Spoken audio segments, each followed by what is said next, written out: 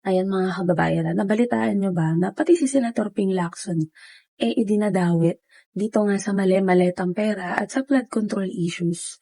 So ito sumagot po si Senator Ping at ang sabi niya, disgrace ex-Senate President Cayetano desperately dragged my name in a bogus DRC hearing without an iota of evidence or even a tiny bit of a basis or reasons.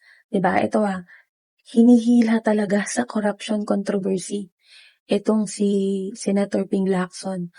Mga kababayan, wala po sa posisyon si Senator Ping, kailan lang siya naging senador dahil natalo po siya sa 2022 presidential election.